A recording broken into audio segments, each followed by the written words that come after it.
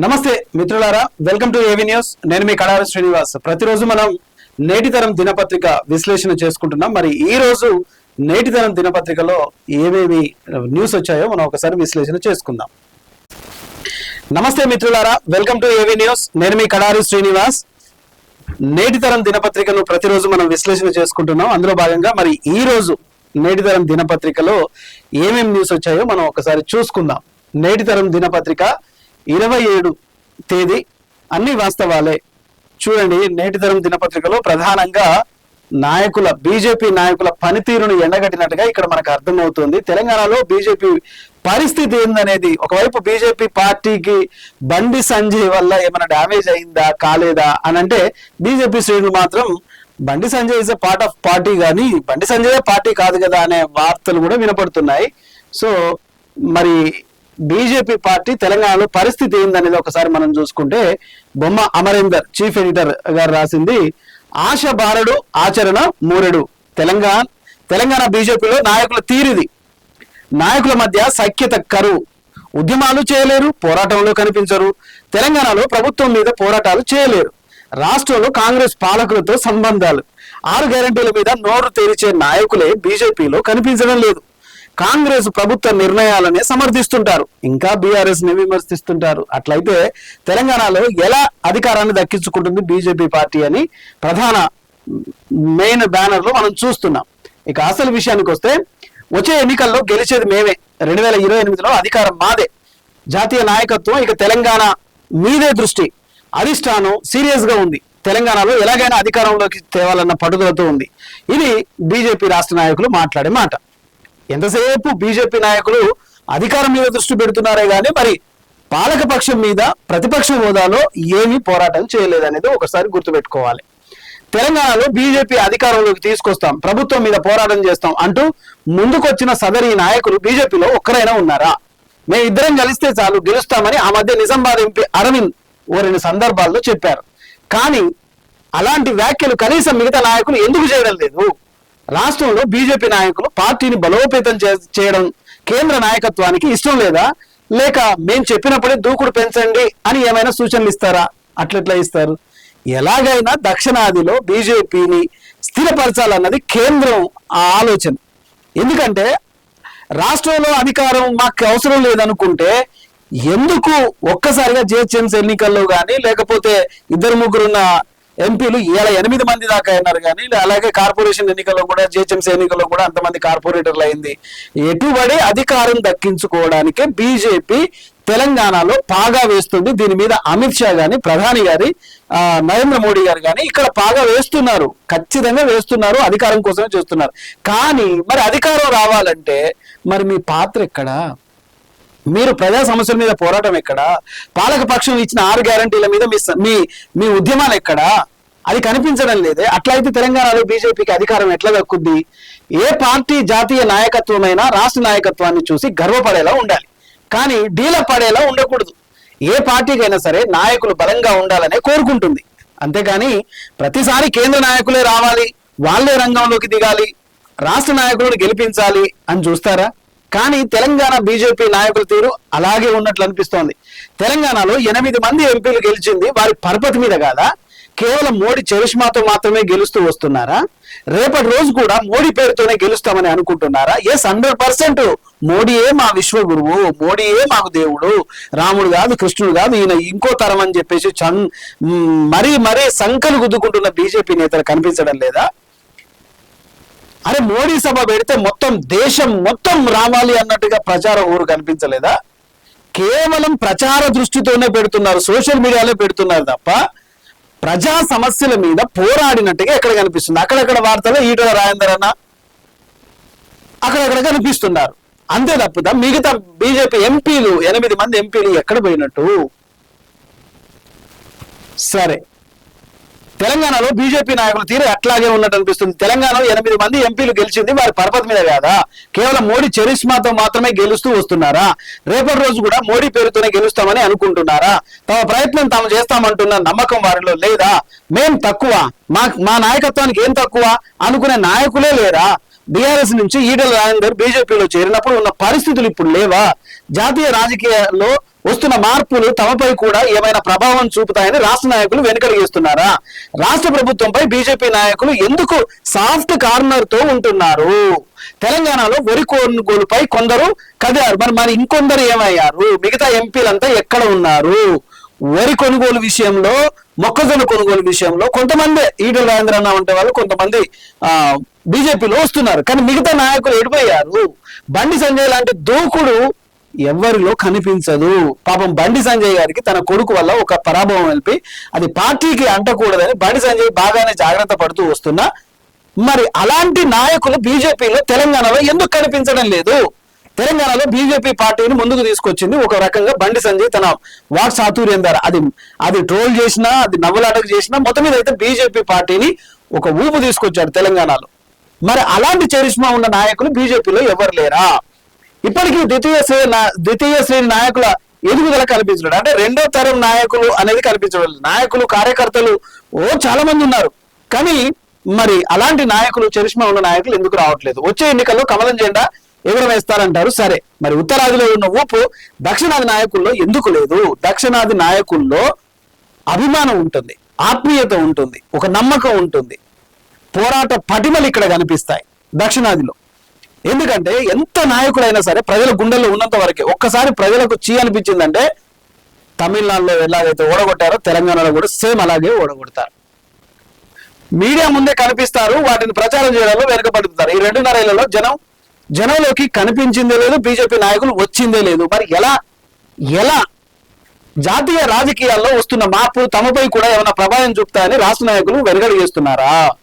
అంటే తెలంగాణలో బీజేపీ నాయకులు ఏమైనా ఒక మాట అంటే అది జాతీయ స్థాయిలో ఆ నాయకులకు, పార్టీకి తేడా వస్తుందని భయపడుతున్నారేమో.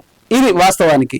ఎందుకంటే తెలంగాణలో బీజేపీ ఎంపీగా పనిచేస్తూ ఒక కేంద్ర హోంశాఖ సహాయ మంత్రిగా పనిచేస్తున్న బండి సంజయ్ గారి కొడుకు అలా చేయడం ద్వారా అది పార్టీకి ఎఫెక్ట్ అయింది కదా. తెలంగాణ రాష్ట్రంలో ఒక సహాయ మంత్రి, కేంద్ర సహాయ మంత్రి కొడుకు ఎలా చేసిందంటే అది పార్టీకి అవమానమైంది కదా. సో మొత్తానికైతే అది బీజేపీ పార్టీ మేడకు చుట్టుకున్నది. సో రాష్ట్ర ప్రభుత్వంపై బీజేపీ నాయకులు ఎందుకు సాఫ్ట్ కార్నర్ తో ఉంటున్నారు? ఏ నాయకుడైనా కనీసం ధర్మపురి అరవింద్ లాగా మాట్లాడగలుగుతున్నారా? ఒక్క అరవింద్ తప్ప ఏ నాయకుడు కాంగ్రెస్ పాలన మీద మాట్లాడుతున్నది లేదు. నిజమే, ధర్మపురి అరవింద్ తన వాగ్దాటి గాని, తన మాట తీరు గాని కొట్టొచ్చినట్టుగా కోర్ బీజేపీ కార్యకర్తగా మాట్లాడతాడు. ఆ నాయకుడు ఈటల రాజేందర్ అన్న, ధర్మపురి అరవింద్, పార్టీ అధ్యక్షుడు రామచంద్రరావు గారు. ఇక మిగతా ఎంపీలంతా ఎక్కడ పోయిర్రు? ఇంకా ముగ్గురు పోతే ఇంకా 5 ఎంపీలు ఎక్కడ పోయిర్రు? అసలు వాళ్ళు వార్తల్లో లేరు, ప్రజా సమస్యల మీద పోరాడిందే లేదు. అంటే వీళ్ళు ముగ్గురేనా తెలంగాణలో ఉన్న ఎంపీలు? సో అదే మనం ఇక్కడ చదువుతున్నాం. 6 గ్యారంటీలు అక్కడే ఉన్నాయి, వాటి గురించి బీజేపీ ప్రస్తావన లేనే లేదు. ఎంతసేపు మత రాజకీయాలే తమను గట్టెక్కిస్తాయన్న నమ్మకంతోనే సాగుతున్నారా? లేక కేంద్ర పెద్దలను చూసి జనమే ఓట్లేస్తారు అని ధీమాగా ఉంటున్నారా? వచ్చే ఎన్నికల నాటికి బలం పెంచుకోవాల్సిన అవసరం లేదా? జనంలో తిరగాలన్న ఆలోచన ఏ ఒక్క బీజేపీ నాయకుడికి లేదా?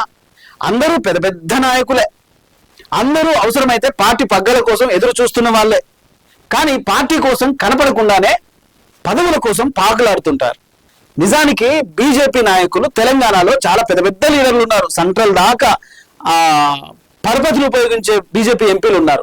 కానీ మరి 3 ఎంపీలే పనిచేస్తున్నప్పుడు మరి 5 ఎంపీలు ఏం చేస్తున్నారు? ఎక్కడ ఉన్నారు? వాళ్ళ సొంత పనుల్లో బిజీ ఉన్నారా? లేకపోతే కేంద్ర ప్రభుత్వం ఏమైనా పని చెప్పిందా వాళ్ళకి? ఇప్పుడు ఇంకా 2.5 సంవత్సరాలు అయితే తెలంగాణలో సార్వత్రిక ఎన్నికలు వస్తాయి. మరి అలాంటప్పుడు ఒక్కసారి ఎన్ని రోజులు మీరు మోడీ చరిష్మాను పట్టుకొని తెలంగాణలో, అదే దక్షిణాదిలో అధికారాన్ని చెలాయించుకుంటారు? ఒక్కసారి ఆలోచన చేయండి. ఎందుకంటే మీ పోరాటం ప్రజల వైపు లేకపోతే ప్రజలు ఖచ్చితంగా పక్కన పెట్టేసే అవకాశాలు ఉంటాయి. ఏ నాయకుడు పార్టీని ముందుకు తీసుకెళ్లలేదన్న నమ్మకం కలిగితే మరి ఆ నాయకుడు ప్రాధాన్యత కల్పిస్తారు. కానీ తెలంగాణలో బీజేపీ అందరూ పెద్ద నాయకులే, ఎవరు ముందుకు రాని నాయకులే. నాకు బాధ్యత అప్పగించండి అని పార్టీని అడిగేవారు లేరా?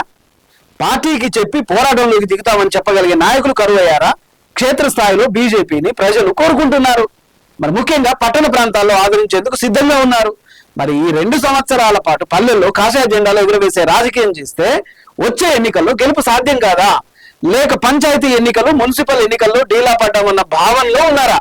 జనం ఆదరించేలా లేరన్న అభద్రతా భావం తమలో నింపుకున్నారా?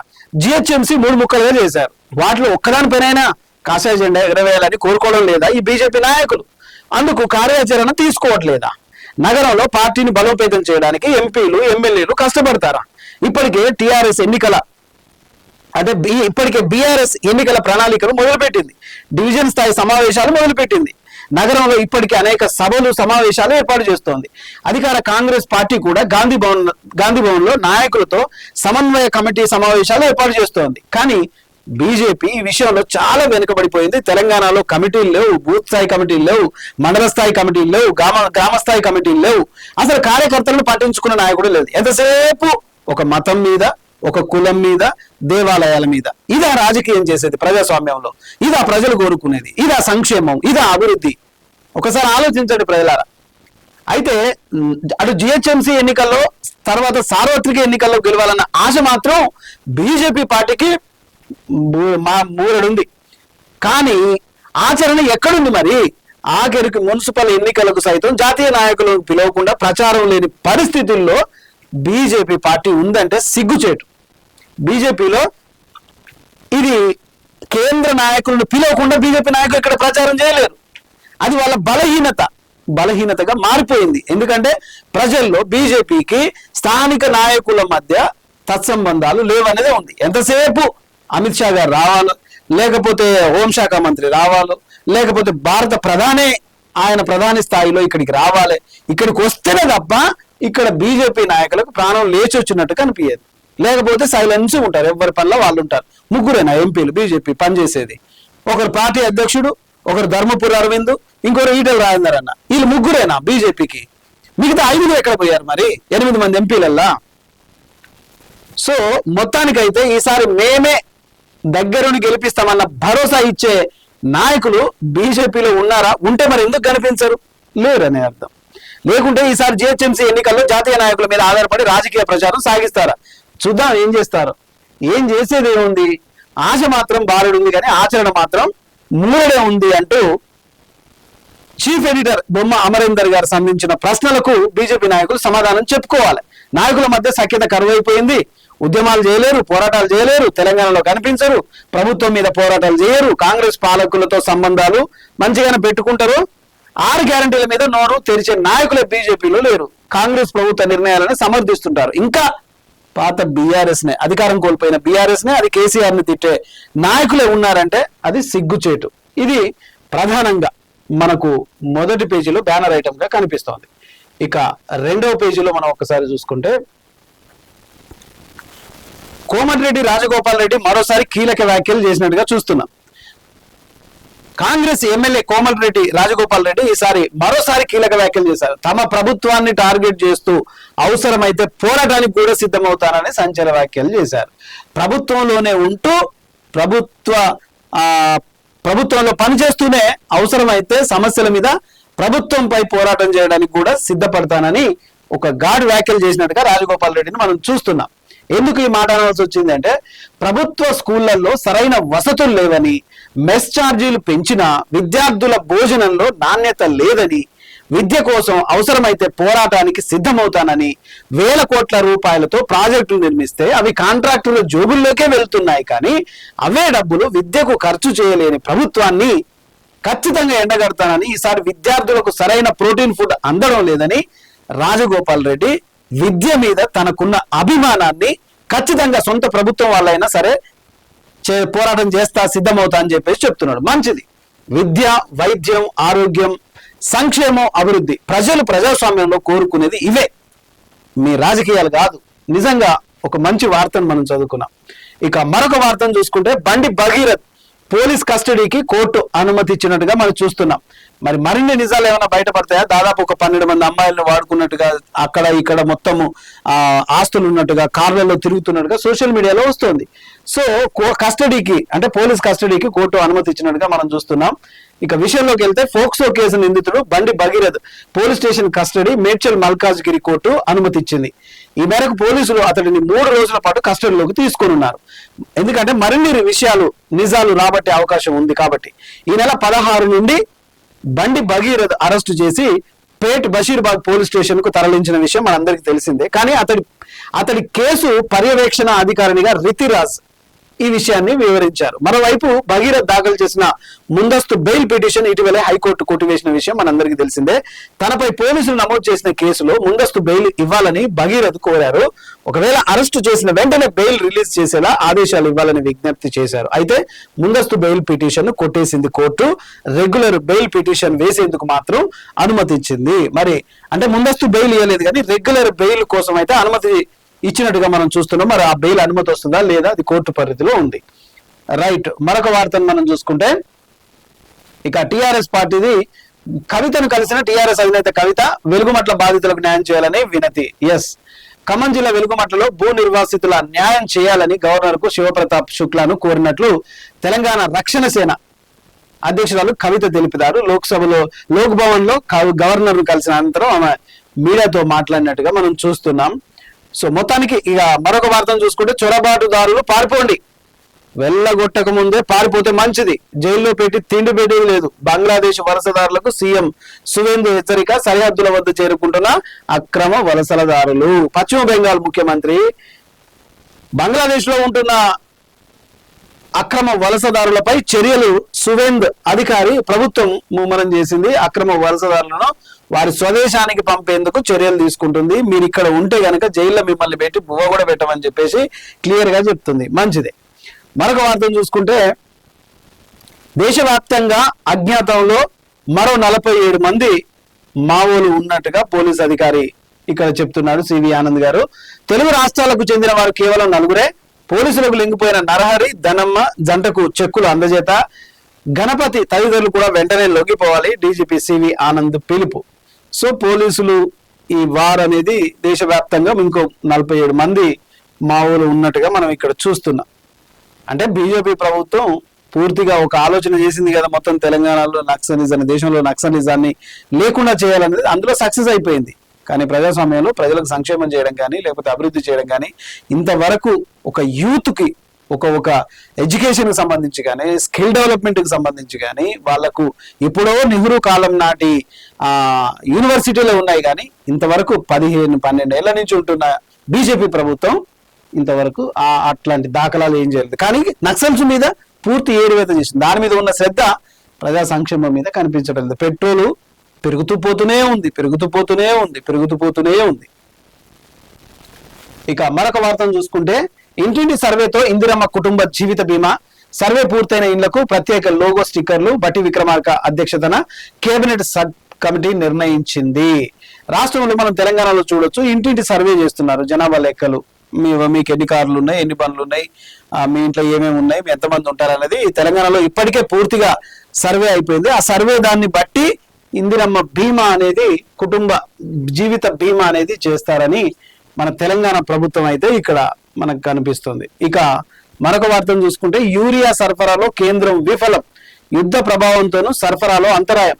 రైతులు పంట వ్యర్థాలను తగలబెట్టొద్దు మంత్రి తుమ్మల నాగేశ్వరరావు. గతంలో ఇది నిన్న కూడా మనం చదువుకున్నాం. పంటను ఒక ఎస్ఐ గారు మనకు చెప్పారు. అదంటే వరి కోసిన తర్వాత దాన్ని కాల్చొద్దు, అట్లా కాలిస్తే భూమిలో ఉన్న ఔషధాలు ఇవన్నీ పాడైపోతాయి, పోషక విలువలు కూడా పాడైపోతాయి అని చెప్పి ఇదే వార్తను మనం చూస్తున్నాం. తుమ్మల నాగేశ్వరరావు కూడా అదే చెప్తున్నాడు. దానికి కేవలం కేంద్రం ఏం చేస్తుందంటే ఏం సప్లై చేయన్నా యుద్ధ ప్రభావంతో మేము పెట్రోల్ పెంచుతున్నాం, డీజిల్ పెంచుతున్నాం అని చెప్తున్నారే తప్ప రైతులను ఆదుకున్నది కూడా ఎక్కడ లేదు. దానికి కూడా యుద్ధ ప్రభావం అని చెప్పేసి ఈయన ఒక సెటరికల్ గా అయితే ఇక్కడ మనం చూస్తున్నాం. ఇక మరొక చూసుకుంటే తెలంగాణలో అవినీతి రాజ్యం ఏలుతుంది అంటూ హరీష్ రావు ఫైర్ అవుతున్నట్టుగా ఇక్కడ చూస్తున్నాం. శంషాబాద్ లో 180 ఎకరాల హంఫట్ అడ్డంగా దోచుకుంటున్న కాంగ్రెస్. సింగరేణిలోనూ కోట్ల రూపాయల బొగ్గు మాయం. కాంగ్రెస్ ప్రభుత్వంపై హరీష్ రావు సంచలన ఆరోపణలు చేసినట్టుగా మనం ఇక్కడ చూస్తున్నాం. తెలంగాణలో అవినీతి రాజ్యం నడుస్తోంది.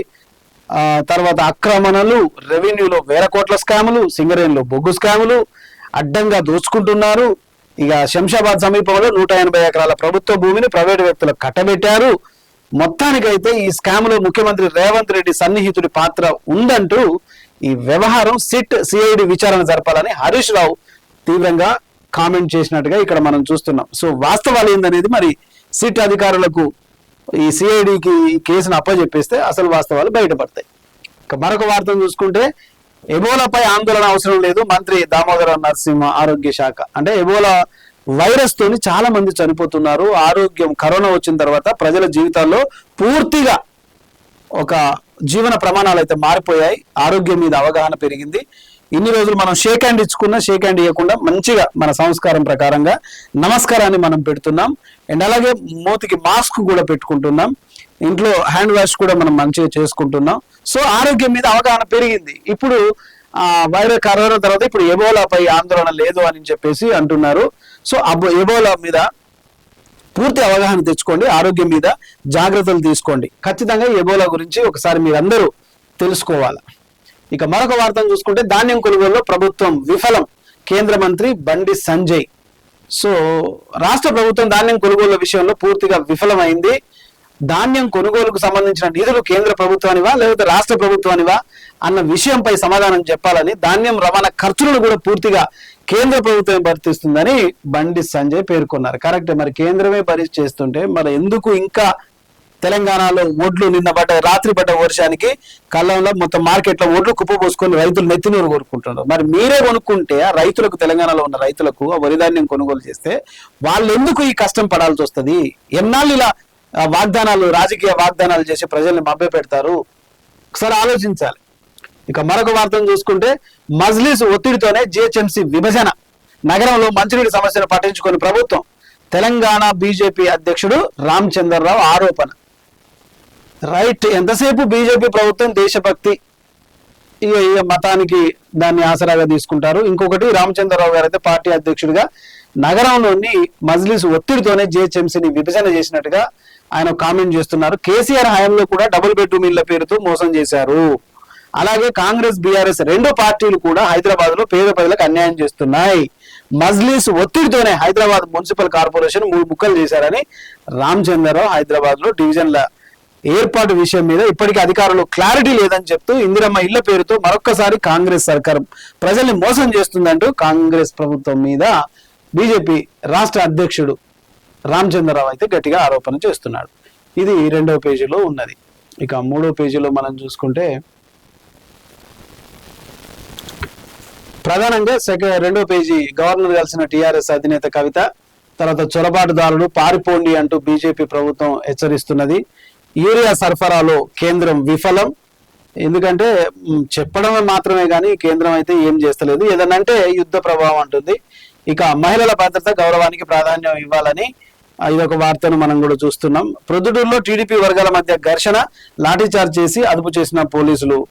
సో మొత్తానికైతే ఖనిజాల తవ్వకం శుద్ధిపై కీలక ఒప్పందం, ఖనిజాల తవ్వకం శుద్ధి సరఫరాల సురక్షితం ఫ్రేమ్వర్క్ సంబంధించిన ఒప్పందంపై భారత్, అమెరికాలు సంతకాలు చేశాయి. న్యూఢిల్లీ క్వాడ్ విదేశాంగ మంత్రుల సమావేశం జరిగింది. ఈ సమావేశం సందర్భంగా అమెరికా, భారత్ల మధ్య కీలక ఒప్పందం జరిగింది. ఈ సందర్భంగా ఇది చాలా సమయోచితమైన కీలకమైన విషయం అమెరికా విదేశాంగ కార్యదర్శి మార్కో రూబియో సమక్షంలో మన భారత విదేశాంగ మంత్రి ఎస్ జయశంకర్ అన్నారు. ఈ ఒప్పందం పటిష్టం పైన వైద్యభరితంగా సరఫరా గొలుసులను బలోపేతం చేస్తుందని, ప్రాజెక్టులకు ఆర్థిక సహాయం అందించడంతో పాటు కీలక ఖనిజాలు, అరుదైన మూలకాల్ని తవ్వి తీయడానికి వాటి నిర్వహణ కీలకమని విదేశాంగ మంత్రి ఇక్కడ మనకు తెలియజేస్తున్నట్టుగా ఉంది. ఇక మరొక వార్తను చూసుకుంటే అమెరికాలో కాల్పుల ఘటన, సూపర్ మార్కెట్ లో కాల్పులు, భారతీయ మహిళ ఒకరు మృతి చెందినట్టుగా చూస్తున్నాం. ఇక మరొకటి, తెలంగాణలో అవినీతి రాజ్యం నడుస్తోంది అంటూ హరీష్ రావు చేసిన కామెంట్లకు ఇది మనం ఒకసారి 2వ పేజీలో మనం చదువుకున్నాం. అలాగే డబ్బుల కోసం డ్రగ్స్ సరఫరా, పంజాబ్ సింగ్ సోహాల్ అరెస్టు.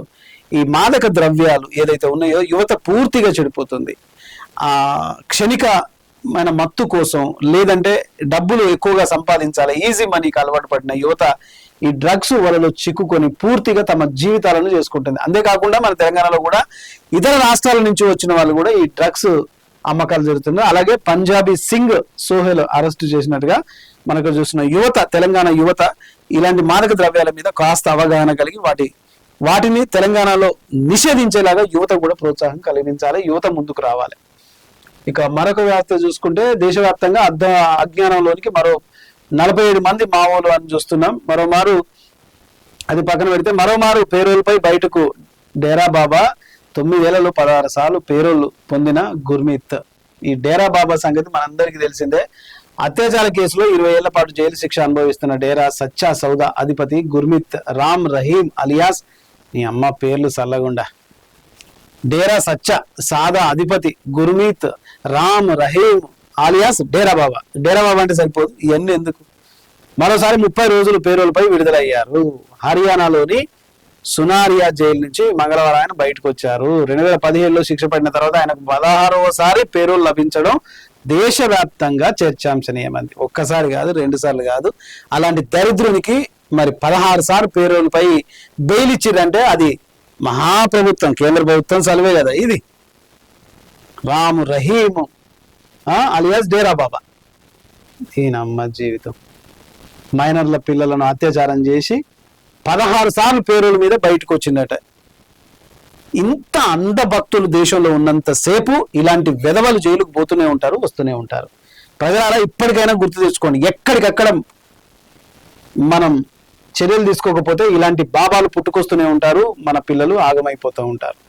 సో మరొక వార్తను చూసుకుంటే, శివరాజ్ సింగ్ అప్నాపన్ పుస్తక ఆవిష్కరించిన మాజీ ప్రధాని Deve Gowda.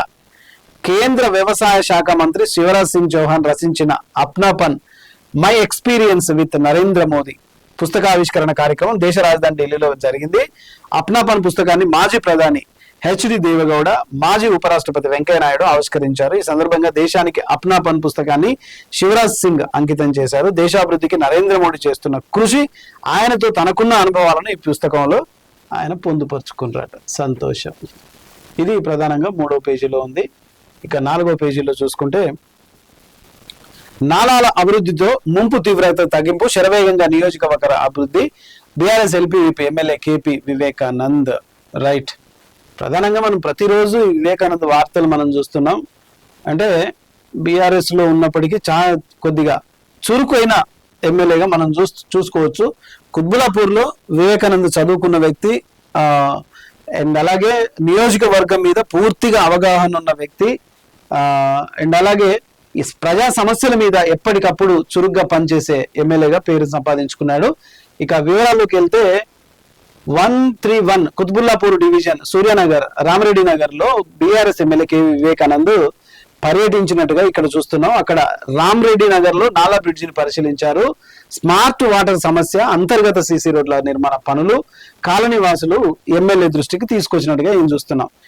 BRS MLA KP Vivekanand ఏం మాట్లాడారంటే, కుత్బుల్లాపూర్ నియోజకవర్గంలో అన్ని డివిజన్లలో కోట్లాది రూపాయల నిధులతో కాలనీల గుండా వెళుతున్న మురుగు కాలువకు దాదాపు అన్ని ప్రాంతాల్లో ఇప్పటికే రిటర్నింగ్ వాల్ నిర్మాణం చేపట్టామని, అదేవిధంగా ఇప్పుడు వస్తున్న వర్షాకాలంలో కాలనీలోని ఇళ్లకు నీరు చేరకుండా రామరెడ్డి నగర్ బ్రిడ్జ్ నిర్మాణానికి నిధులు మంజూరై టెండర్ కూడా ప్రక్రియ పూర్తయిందని, అతి త్వరలో ఈ నిర్మాణ శంకుస్థాపన త్వరితగతిన పూర్తి చేస్తామని, వరద నీరు ఇళ్లలోకి చేరకుండా చర్యలు తీసుకుంటున్నామని ఆయన చెప్పినట్టుగా మనం చూస్తున్నాం. ఇది ప్రధానంగా. ఇక మరొక వార్తను చూసుకుంటే, చనిపోయిన కుటుంబానికి 5 లక్షల చెక్కును అందించినట్టుగా ఇక్కడ చూస్తున్నాం. ఇది జనగామ జిల్లాకు సంబంధించింది. స్టేషన్ గణపురం మండలం రంగరాయగూడెం గ్రామంలో చనిపోయిన నెలవంచ ఇలేందర్ రెడ్డి కుటుంబానికి తక్షణ ఆర్థిక సహాయం అందజేశారు కలెక్టర్. నిధుల నుంచి కలెక్టర్ బాధిత కుటుంబానికి 5 లక్షల సహాయాన్ని చెక్కు రూపేణా పంపడం జరిగింది. ఇటు చెక్కును స్థానిక స్టేషన్ గణపూర్ ఎంఆర్ఓ స్వప్న మేడం చేతుల మీదుగా వారి కుటుంబ సభ్యులకు అందించినట్టుగా చూస్తున్నాం. మంచి కలెక్టర్ గారి నిధుల ద్వారా 5 లక్షల రూపాయలు ఇచ్చినట్టుగా చూస్తున్నాం. ఇక కాంగ్రెస్ బలోపేతమే లక్ష్యం, గ్రామ స్థాయి నుంచి కార్యాచరణ. సిరిసిల్ల వేములవాడ కార్యకర్త సమావేశంలో కూన శ్రీశైలం గౌడ్ ఓట్ల తొలగింపై అప్రమత్తంగా ఉండాలి, యువ ఓటర్ల నమోదు పెంచాలి. కూన శ్రీశైలం గౌడ్ సీనియర్ కాంగ్రెస్ నేత, కుత్బులాపూర్ లో ఆయన బలంగా ఉన్న వ్యక్తి కాంగ్రెస్ పార్టీలో. సో కాంగ్రెస్ బలోపేతం చేయాలంటే మనం ముందు చదువుకున్నట్టుగా బూత్ స్థాయి నిర్మాణం బలంగా జరగాలి, కార్యాచరణ కూడా ఖచ్చితంగా ఉండాలి. అలా కార్యాచరణ చేసినట్టుగా మనం ఇక్కడ చూస్తున్నాం. ఇక విషయంలోకి వెళ్తే, కరీంనగర్ పార్లమెంటు నియోజకవర్గ సమన్వయకర్తగా నియమితులైన కుత్బులాపూర్ మాజీ ఎమ్మెల్యే కూన శ్రీశైలం గౌడ్ సిరిసిల్ల వేములవాడ అసెంబ్లీ నియోజకవర్గాల ముఖ్య నాయకుల కార్యకర్తల సమావేశంలో పాల్గొన్నట్టుగా ఇక్కడ చూస్తున్నాం. పార్టీ బలోపేతంపై నిర్దేశాన్ని కూడా చేశారు. సిరిసిల్ల డిసిసి కార్యాలయం జిల్లా కాంగ్రెస్ అధ్యక్షుడు సంగీతం శ్రీనివాస్ నేతృత్వంలో నిర్వహించిన ఈ సమావేశంలో స్థానిక నాయకులు కార్యకర్తలు పలు సూచనలు చేశారు. ఈ సందర్భంగా కూనా శ్రీశైలం గౌడ్ మాట్లాడుతూ సిరిసిల్ల వేములవాడ నియోజకవర్గాల్లో కాంగ్రెస్ పార్టీని గ్రామ స్థాయి నుంచి మరింత బలోపేతం చేయాల్సిన అవసరం ఉందని, గ్రామ కమిటీలు మండల కమిటీలను సమర్థవంతంగా వ్యవస్థీకరించిన తర్వాతనే పార్టీ కార్యక్రమాలు ప్రజల్లోకి బలంగా తీసుకెళ్లాలని సూచించారు. మొత్తానికి ఇంటింటికి కాంగ్రెస్ చేర్చి కాంగ్రెస్ పార్టీ ప్రజాభిమానాన్ని మరింత పెంచేందుకు కాంగ్రెస్ కార్యకర్తలు కృషి చేయాలని పిలుపునిచ్చినట్టుగా ఇవి మనం ఇక్కడ చూస్తున్నాం. రైట్, మరొక వార్తను చూసుకుంటే ఆర్టీఈ చట్టం ఖచ్చితంగా అమలు చేయాలి, పేద విద్యార్థులకు నాణ్యమైన ఉచిత విద్య అందించాలని యుఎస్ఎఫ్ఐ డిమాండ్, ప్రైవేట్ పాఠశాలలో 25% ఉచిత సీట్లు ప్రకటించాలని విజ్ఞప్తి. నిజంగా ప్రైవేటు పాఠశాలల్లో పేద ప్రజలకు ఖచ్చితంగా 25% ఇవ్వాలి. ఏ ప్రైవేటు విద్యా సంస్థ అయినా, కార్పొరేట్ విద్యా వ్యవస్థ అయినా 25% పేద ప్రజల పిల్లలకి ఎడ్యుకేషన్ లో వాళ్ళకి రిజర్వేషన్ అనేది ఉండాలి. సో దాని మీద ఆర్టీఈ చట్టాన్ని ఖచ్చితంగా అమలు చేయాలని ఇక్కడ యుఎస్ఎఫ్ఐ డిమాండ్ చేస్తున్నట్టుగా మనం చూస్తున్నాం. ఇక వార్తలోకి వెళ్తే రాష్ట్రంలో రైట్ టు ఎడ్యుకేషన్ చట్టాన్ని సమర్థవంతంగా అమలు చేసి పేద ఆర్థిక వెనుకబడిన వర్గాల విద్యార్థులకు నాణ్యమైన ఉచిత నిర్బంధ విద్య విధించాలని యుఎస్ఎఫ్ఐ మేడ్చల్ మల్కాజ్గిరి జిల్లా అధ్యక్షుడు ఎం చంద్రకాంత్ ప్రభుత్వాన్ని డిమాండ్ చేసినట్టుగా మనం చూస్తున్నాం. వచ్చే విద్యా సంవత్సరం నుంచే ఆర్టీఈ రైట్ టు ఎడ్యుకేషన్ మీద వచ్చే విద్యా సంవత్సరం నుంచే ఈ చట్టాన్ని ఖచ్చితంగా అమలు చేయాలని ఆయన రాష్ట్రంలో ప్రతి ప్రైవేట్ పాఠశాలలో 25% ఉచిత సీట్లను ఆర్థికంగా వెనుకబడిన బలహీన వర్గాల విద్యార్థులకు కేటాయించి వాటి పూర్తి వివరాలను బహిరంగంగా పబ్లిక్ డొమైన్ లో పెట్టాలని డిమాండ్ చేశారు. అలాగే ప్రైవేటు విద్యా సంస్థల ముందు ఫీజుల వివరాలతో కూడిన నోటీస్ బోర్డు కూడా తప్పనిసరిగా ఏర్పాటు చేయాలి. విద్యార్థుల తల్లిదండ్రులకు పూర్తి సమాచారం అందుబాటులో ఉండాలి. టీచరు స్టూడెంట్ నిష్పత్తికి సంబంధించి ప్రభుత్వ నిబంధనలు అన్ని ప్రైవేట్ విద్యా వ్యవస్థలు ఖచ్చితంగా అమలు చేసేలా చర్యలు తీసుకోవాలని ఆయన కోరినట్టుగా చూస్తున్నాం. మంచిది, విద్యా వ్యవస్థ మీద ఇలాంటి సంఘాలు ఖచ్చితంగా పోరాటం చేయాలి. రైట్ టు ఎడ్యుకేషన్ కూడా ఖచ్చితంగా అమలు కావాలి. ఎప్పుడైతే రైట్ టు ఎడ్యుకేషన్ చట్టం బలంగా పనిచేస్తుందో ఈ సమాజం కూడా బాగవుతుంది, యువత ఆలోచనలో కూడా మార్పు వస్తుంది. ఎందుకంటే ఎడ్యుకేషన్ అనేది బిజినెస్ కాదు కదా, బిజినెస్ చేసిరు అట్లా ఎడ్యుకేషన్ ని, హెల్త్ ని ఇట్లా చేశారు. ఇక మరొక వార్తను చూసుకుంటే సఖీ కేంద్రాన్ని ప్రారంభించిన మంత్రి సీతక్క, చైర్మన్ బండ్రు శోభారాణి. బంజారా హిల్స్ లో ఉన్నది వార్త ఇది. ఒకసారి మనం చూసుకుంటే బంజారా హిల్స్ వర్కింగ్ ఉమెన్ హాస్టల్లో సఖీ కేంద్రాన్ని ప్రారంభించారు మంత్రి సీతక్క. మహిళా వారోత్సవాల్లో భాగంగా Hyderabad Banjara Hills road number 12లో నిర్మించిన working women hostel Sakhi Niwas one stop centre Sakhi కేంద్రంను రాష్ట్ర పంచాయతీరాజ్ గ్రామీణాభివృద్ధి మహిళా శిశు సంక్షేమ శాఖ మంత్రిగా డాక్టర్ ధనసరి అనసూయ సీతక్క, రాష్ట్ర మహిళా కార్పొరేషన్ చైర్పర్సన్ బండ్రు శోభారాణులు ఇద్దరు కలిసి దీన్ని ఓపెన్ చేసినట్టుగా మనం ఇక్కడ చూస్తున్నాం. ఇక బౌరంపేట పోస్ట్ ఆఫీస్ లో ప్రజా అవగాహన కార్యక్రమం, డాగ్ కమ్యూనిటీ డెవలప్మెంట్ ప్రోగ్రామ్ లో సేవింగ్స్, బీమా, పెన్షన్ పథకాలపై అవగాహన. దుండిగల్ సర్కిల్ పరిధిలోని బౌరంపేట పోస్ట్ ఆఫీసులో DCDP Dak community development programme ఆధ్వర్యంలో ఒక ప్రజా అవగాహన కార్యక్రమాన్ని నిర్వహించారు. ఈ కార్యక్రమంలో ASPO north superintendent of post man Sampath Reddy, Secunderabad sub division అధికారులు, Bowrampet postmaster Baindla LS తో పాటు పోస్టల్ సిబ్బంది పాల్గొన్నారు. నిజానికి బౌరంపేట డివిజన్ బీజేపీ అధ్యక్షుడు పీసరి కృష్ణారెడ్డి కూడా హాజరైనట్టుగా చూస్తున్నాం. ఆయన మాట్లాడుతూ కేంద్ర ప్రభుత్వ ఆధ్వర్యంలో పోస్ట్ ఆఫీసుల ద్వారా ప్రజలకు అందిస్తున్న సేవింగ్స్ అకౌంట్ బీమా పథకాలు, అలాగే పెన్షన్స్ సేవలు, తపాలా సేవలు ఎంతో ఉపయోగకరం. ప్రధానమంత్రి సురక్ష బీమా యోజన కింద సంవత్సరానికి కేవలం 20 రూపాయలు చెల్లిస్తే ప్రమాద బీమా పొందుకోవచ్చు. అలాగే ప్రధానమంత్రి జీవన్ జ్యోతి బీమా దీని కింద 440తో జీవిత బీమా సదుపాయం పొందుకోవచ్చు. అంటే ప్రధానమంత్రి సురక్ష బీమా యోజన కింద కేవలం 20 రూపాయలు చెప్పిస్తే మనం జీవిత బీమా మనం పొందుకోవచ్చు, ప్రమాద బీమా పొందుకోవచ్చు. అలాగే మరొకటి ప్రధానమంత్రి జీవన్ జ్యోతి బీమా యోజన కింద 440 రూపాయలు పెడితే మరొక బీమా కూడా మనం వస్తుంది అని చెప్పేసి ఇక్కడ ఒక అవగాహన ప్రజల్లో, ప్రధానమంత్రి పేరుతో వస్తున్న పోస్ట్ ఆఫీసు జీవిత బీమా పథకాలను ప్రజలు తెలుసుకోవాలి. తక్కువ పెట్టుబడితో మన జీవిత బీమా అంటే మనకి ఏదైనా ప్రమాదం సంభవిస్తే పోస్ట్ ఆఫీస్ ద్వారా మనకు లక్షల రూపాయలు మనకు వచ్చే అవకాశం ఉంటుంది. ప్రజలందరూ తెలుసుకోవాలి. ఇక మరొక వార్తను చూసుకుంటే ఫార్మా కంపెనీ నిర్మాణ పనులు నిలిపివేయాలి. బీఆర్ఎస్ పార్టీ మండల కన్వీనర్ ఇడం కైలాసం. గట్టుప్పల వార్త ఇది. గట్టుప్పల మండల కేంద్రంలో పుట్టపాక రోడ్డులో నిర్మిస్తున్న కాంతి లేబొరేటరీ కంపెనీ నిర్మాణ పనులు నిలిపివేయాలని బీఆర్ఎస్ మండల కన్వీనర్ ఈడం కైలాస్ పేర్కొన్నారు. ఎందుకు? గట్టుపుల నారాయణపురం మునుగోడు ప్రాంతాల్లో ప్రజలను కాపాడాలని ఫార్మా కంపెనీ పనులు వెంటనే నిలిపివేయాలని బీఆర్ఎస్ పార్టీ కన్వీనర్ ఈడం కైలాసం మండల పరిషత్ కార్యాలయంలో సీనియర్ అసిస్టెంట్ తాటి శ్రీనివాసులకు వినతి పత్రం అందజేశారు. కంపెనీ నిర్మాణ పనుల ప్రదేశాన్ని పరిశీలించిన అనంతరం గతంలోనే ఫార్మా కంపెనీ పనులు జరుగుతున్న నేపథ్యంలో గట్టుప్పల చుట్టుపక్కల గ్రామాల అన్ని పార్టీల నాయకులు ప్రజల అఖిలపక్షం ఆధ్వర్యంలో పోరాడి అధికారులను గత ప్రభుత్వంతో మంత్రులను ఎమ్మెల్యేలను కలిసి నిర్మాణ పనులు నిలిపివేయించామని ఇప్పుడు కూడా మళ్ళా ఆ పనులు జరపొద్దని చెప్పేసి సీనియర్ అసిస్టెంట్ తాటి శ్రీనివాస్కి అయితే ఇక్కడ కంప్లైంట్ ఇచ్చినట్టుగా మనం చూస్తున్నాం. ఇంకా మరొక వార్తను చూసుకుంటే అర్హులంతా ఓటరు జాబితాలో ఉండాల్సిందే. ఇది ముఖ్యమైన వార్త. రైట్, లాస్ట్ వార్త చూసుకుంటే అర్హులంతా ఓటర్ జాబితాలో ఉండాలని భారత ఎన్నికల సంఘం ఖచ్చితంగా సూచిస్తుంది. ప్రజలంతా ఖచ్చితంగా ఓటుల విషయంలో తమ ఓటు హక్కు ఉందా లేదా చూసుకోవాలి. రాబోయే ఎన్నికల్లో ఖచ్చితంగా ఓటు వేస్తేనే ప్రజాస్వామ్యం మనుగడ ఉంటుంది కాబట్టి ఖచ్చితంగా ప్రజలందరూ ఓటు హక్కు ఉందా లేదా అనేది చూసుకొని ఓటు హక్కును వినియోగించుకోవాలి. జాబితాలో మీ పేరు ఉందా లేదా కూడా తెలుసుకోవాలి. సో ప్రజలారా, ఇది ఈరోజు నేటి తరం దినపత్రిక విశ్లేషణ. తిరిగి రేపు మరొక న్యూస్ పేపర్ తో మళ్ళీ మీ ముందుంటాను. చూస్తూనే ఉండండి AV news. Signing off Kadari Srinivas. Thank you very much.